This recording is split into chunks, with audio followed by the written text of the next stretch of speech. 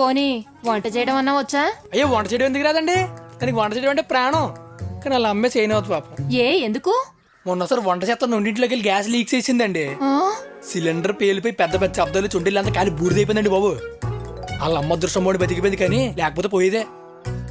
ఓనది వండిన వంటనా బాగుంటుందా అంటే అది వండిన వంట అది కూడా తిందో, కానీ ఇటు ఒకసారి తిన్నాడు. తిన్నానండి. ఎలా ఉందరా?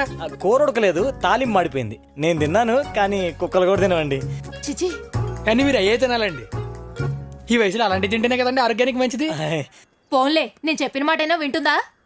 అయ్యో ఎందుకు విందండి, భలేవరే మీరు. ఓ మధ్యకి పెద్దలంటే ఎంత గౌరవం, ఎంత మర్యాద అనుకుంటున్నారు. అసలుకే పెద్దల్లో వయసు వచ్చాక ఎవరు పనులు చేసుకోలేరు, ఇంట్లో కూర్చొని బోరు కొట్టేస్తుంది. అది అందరూ వృద్ధాశ్రమంలో పడేసాం అనుకోండి, ఎవరు బతుకులు బతుకుతా ఉంటారు అంటా ఉంటది. ఇప్పుడు ఎంత చిన్న వయసులో అంత పెద్ద రకంగా ఆలోచిద్దాం అనుకుంటున్నారు. కాబట్టి అడగండి ఏరా.